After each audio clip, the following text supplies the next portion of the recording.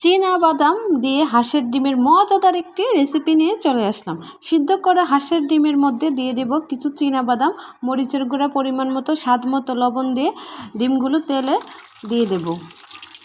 ডিমগুলো ভেজে নামিয়ে নেব। আর এখানে নিয়ে নেব আলু, চিকন করে কেটে আলুগুলো লাল করে ভেজে ডিমের সাথে নামিয়ে নিয়ে দিয়ে দেব হাফ কাপ পেঁয়াজ কুচি লাল করে ভেজে নিয়ে আদা আর রসুন বাটা দিয়ে দেব 1 চামচ ছোটো চামচের। এখানে চীনা বাদাম বাটা নিয়েছি 2 চামচের মতো।